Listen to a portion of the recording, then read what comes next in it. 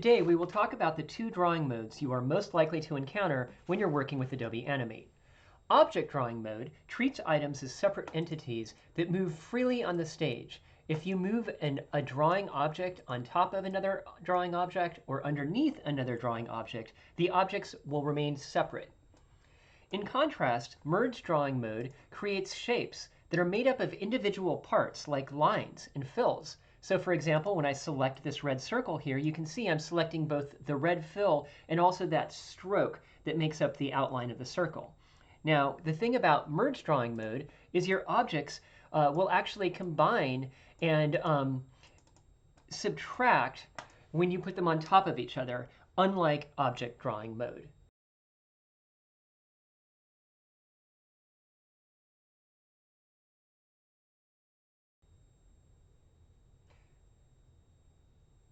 So how can I tell if I am working with a drawing object or if I'm working with a shape?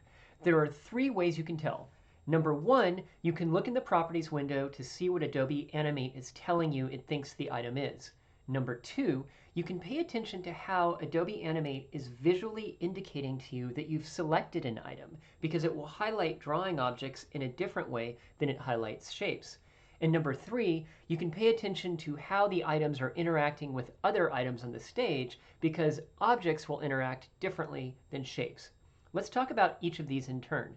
First of all, you can look to see what the Properties window is telling you about an item that you've selected. So I'm going to grab the Selection tool from my toolbar and select this orange square. Now, looking over in the Properties window, you can see it's telling me that is a drawing object. It's going to do the same thing if I select this blue circle. It tells me it's a drawing object. Same thing for this sort of lighter orange oval, drawing object. But it's different when you select a shape. So for example, I'm selecting the shape in the lower left corner here. That's a sort of purplish circle. When I look beneath the object window, it's telling me it's a shape. It'll tell me the same thing for the other two shapes. I've selected them, I look in the Properties window, and it tells me, hey, dude, we're dealing with shapes here. Okay, so that was the first way. There's another way that also works, and that is simply to pay attention to how Adobe Animate is indicating to you that you've selected or highlighted an item. So I'm going to grab my selection tool here, and I'm going to click on this blue circle, and notice what happens. Adobe Animate is drawing a little blue line around it. It does the same thing if I click on that little orange oval shape. And it actually does the same thing if I click on the square, orange square there. It's a little harder to see because it's a rectangle around a rectangle. If I select all three of these, you can see it's putting those bounding boxes around all three drawing objects. In contrast, when I select a shape, such as this purple circle here, you'll see that it's not actually putting a blue bounding box around it. It's putting lots of little tiny, tiny dots. I want to get in really, really close here. Let's see. Let me go even closer. And you can see I'm getting super close, how that is definitely much different than what we saw with the other objects. So that's the second way that you do it. If you want to find out really quickly if something's a shape or a drawing object, you can just highlight it, select it, and see how is Adobe Animate highlighting it. Is it doing the shape thing, where it gives you all those little dots and it kind of highlights the stroke and the fill, or is it doing the object thing where it gives you a blue line around the object? Now, the third way is to pay attention to how things interact with one another. So one thing we know about drawing objects is that they can go on top of each other or below each other, and they're not going to alter each other or change each other in any way. The same is not necessarily true of shapes. So one thing that's interesting about shapes here, if I click on this square once and I drag, you'll notice it's actually dragging the inside of the square out. Do you see how that works? It's treating the fill separate than the stroke, which makes up the outline of the shape. So with shapes, you have to double click it if you want to move the whole thing around on the screen. The other thing is shapes will subtract and combine with other shapes. So if I move this shape over here and then I drag it away, you can see it's actually subtracting the contents that were underneath it. So shapes are more likely to interact with each other. You can merge them, you can combine them. And there's this really cool thing that happens if you have shapes that are of the same color. So let me go ahead and change here to my oval tool. And I want to make this, let's say I'm going to make it just sort of this bluish color. How about this pinkish color? And for stroke, I don't want to have a stroke right now. And so the way to get rid of the stroke, I'm going to change the stroke color. And then there's a little square up here that's got a red line through it. That means there is no stroke. And so now I'm just going to draw one shape here, and I'll draw another shape. Okay, so we have these two discrete shapes. Now watch what happens when I move this shape of the same color on top of that other shape. Now when I go back, it's combined them. It actually has merged these two because they had the same color, which means you can really do some kind of interesting things as you're drawing. You can actually get some really, it's almost like clay, you know, you can kind of tug it around, you can put stuff on top of shapes on top of other shapes, and then you can actually sort of make, like, for example, you could make a silly little face if you wanted. Okay, I'm going to stop doing that. I think you get the basic idea. And I don't even know what that looks like anymore. Okay, I'm just going to delete it. There we go. Okay, so objects versus shapes. There are three ways you can tell. Number one, you can just select it and look in the properties window to see, is it a drawing object or a shape? Number two, you can pay attention to how Adobe Animate is highlighting the item for you. Is it giving you the blue bounding box? Is it giving you the little dots that are common with shapes? And number three, you can pay attention to how these items interact with one another on the stage. And so that is the difference between objects and shapes. So you might be wondering, how do I switch between drawing objects and shapes? And the answer is simple. You use the J key to toggle in between those two modes. When you're in object mode, it will create drawing objects. When you're in merge mode, it will create shapes. So let me show you here. If you look at the bottom of your toolbar, when you have a shape tool selected, you'll see beneath those little squares where you choose the foreground and background color, you'll see that there's a little icon that looks like a circle with a square around it. And if that icon is highlighted, it means you're in object drawing mode. You're going to be drawing objects. If it's not highlighted, it means you're in merge mode and you're working with shapes. You can use that J key to go back and forth. So I'm going to highlight it right now. I'm in object drawing mode. I'm going to select an ellipse and draw a circle. Now you can see if I click on the circle and select it, it's a drawing object. I know that because of how Adobe Animate is highlighting this for me. I also know it from looking in the properties window where it says I'm working with the drawing object. Now let me click back on my stage, go back to the selection tool or to the oval tool, and this time I'm going to make sure that the highlighting is off. So I'm not in object drawing mode. I'm going to draw another shape. And now if I go and I select that one, you'll see that it's a shape. I know that because of how Adobe Animate is highlighting it. I also know that from looking in the properties window. It tells me that it is a shape. Now, sometimes you'll make a mistake. You know, sometimes you'll create something, maybe like right here, for example, you've created something as a drawing object and you think, you know, shucks, I really wish I had made that a shape. Have no fear. You can do that. All you need to do is select the item that you want to convert to a shape, and you can right click on it and look for the break apart option. And that will break apart your object. Your drawing object will be converted into a shape. Okay, so this brings us to the hands-on exercise component. For this exercise, you will devote approximately 30 minutes of focused time to drawing or illustrating with Adobe Animate. And keep in mind that this is a static drawing. You're not creating animation here. You're just experimenting with basic shapes and using some of the techniques we've talked about. When you're finished, you should upload your screenshot or screenshots to the class server and include them as links to an email when you are debriefing the exercise. Now, just one last thing. In the background, as I'm talking right now, you'll see a video from Adobe which is playing at high speed.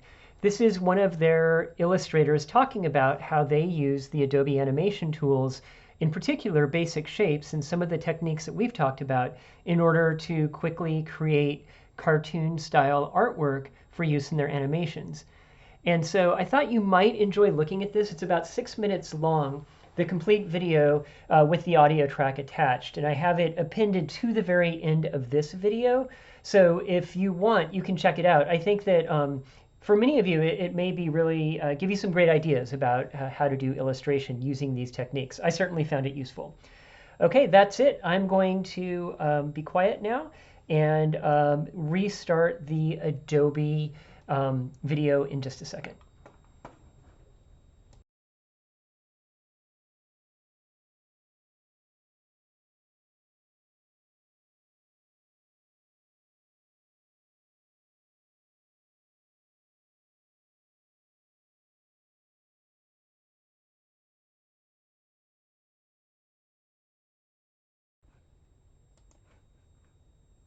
are many ways to draw inside of Adobe Animate CC, and I'm going to show you one of my favorite ways using mostly primitive tools in combination with object drawing mode, snap to objects, and a little bit of editing with the selection tool, which is the black arrow up here on top. Now the first thing I want to do is to make sure that I can see all of the available tools in my toolbar as well as their sub-selection. So I'm going to just click and drag the left edge to create two columns, as we see here. Now I can see everything that the toolbar has to offer. Now I want not just the rectangle tool, but the rectangle primitive tool. So I long press to bring that other option up, and I'm going to select rectangle primitive.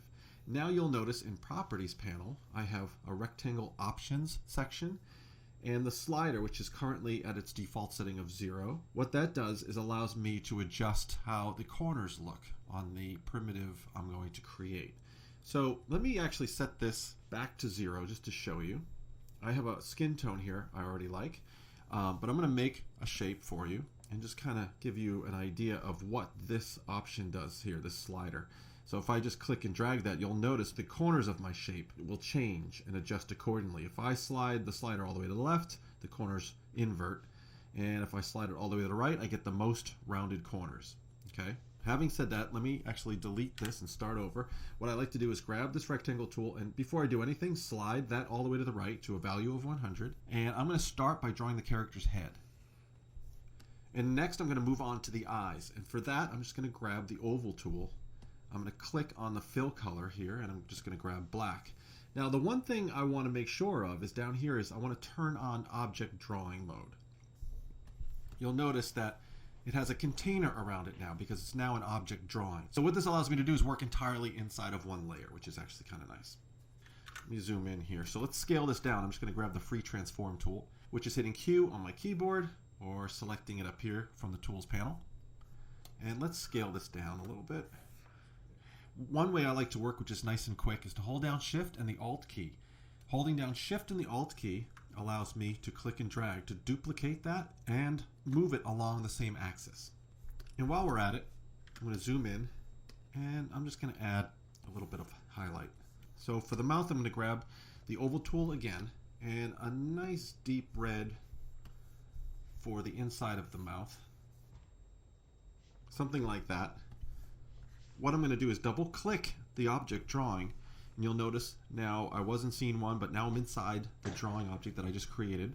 I'm going to use the black arrow, which is the selection tool, and just draw a marquee, allowing me to select the top half of the circle. I hit the delete key on the keyboard, and there I have deleted the top half of the symbol, and now I have my mouth. But what I want to do is also create teeth. With the selection tool, I'm going to click and drag again, but this time I'm only going to select about the top third of this mouth and click on the fill swatch and select white. And now you'll see it's updated and filled that selection in with white, and now I have my teeth. If you want to add a tongue, it's easy to do. Let's mix a color first.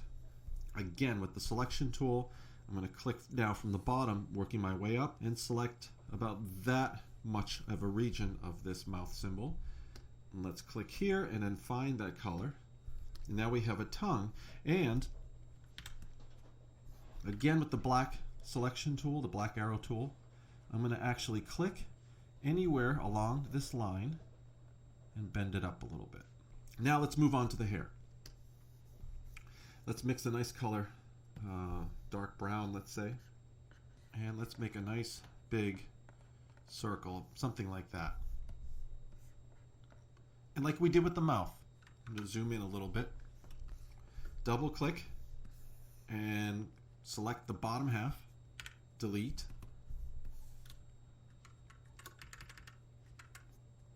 and we have bangs. Now if we want to add a little bit of variation to these bangs, I'm going to double click using the black arrow tool. I'm inside the drawing object again. I'm going to click and drag upward from the bottom to select this region here and hit delete. Right, so now I've created an interesting shape, and when I turn on snap to objects, let me zoom in, and I go and I click and drag one of these corners, you'll notice that it snaps to the other corner. Once I get close enough to another vector point, it'll snap together. Essentially, it's joining those 2 points together to create one. And we can repeat this as many times as we want to create more variations in her hair. It's up to you. And then holding down the Shift and Alt key, clicking and dragging, which will duplicate it, making the other ear. And let's make the hair behind her, the back of her head. I'm going to use for this, again, the rectangle primitive tool is what I want. I'm going to grab the same color as the hair that we already have. And I'll show you how to arrange things later, but let's create a nice big shape for the back of her head. Now, what I want to do is go to Modify, Arrange, and Send to Back. And we have her hair. The rest of the features of this character are all comprised using the primitive tools such as rectangles and ovals. And then from there, using the selection tool to select different regions of these simple shapes to either delete them or while they're selected to change their color, whether it be shadow or highlight, whatever you see fit. For the shoes, I created just simple ovals, cut them in half, and then used the line tool to create a stroke for the sole of her shoe. And she's done. So you can see how quick and easy it is to work this way using primitive tools. It's a nice, easy way to draw, even if you don't have any kind of pressure-sensitive drawing tablet, or maybe you're on your laptop and you're using a trackpad. You can still achieve kind of really cool results this way. Hope you like it.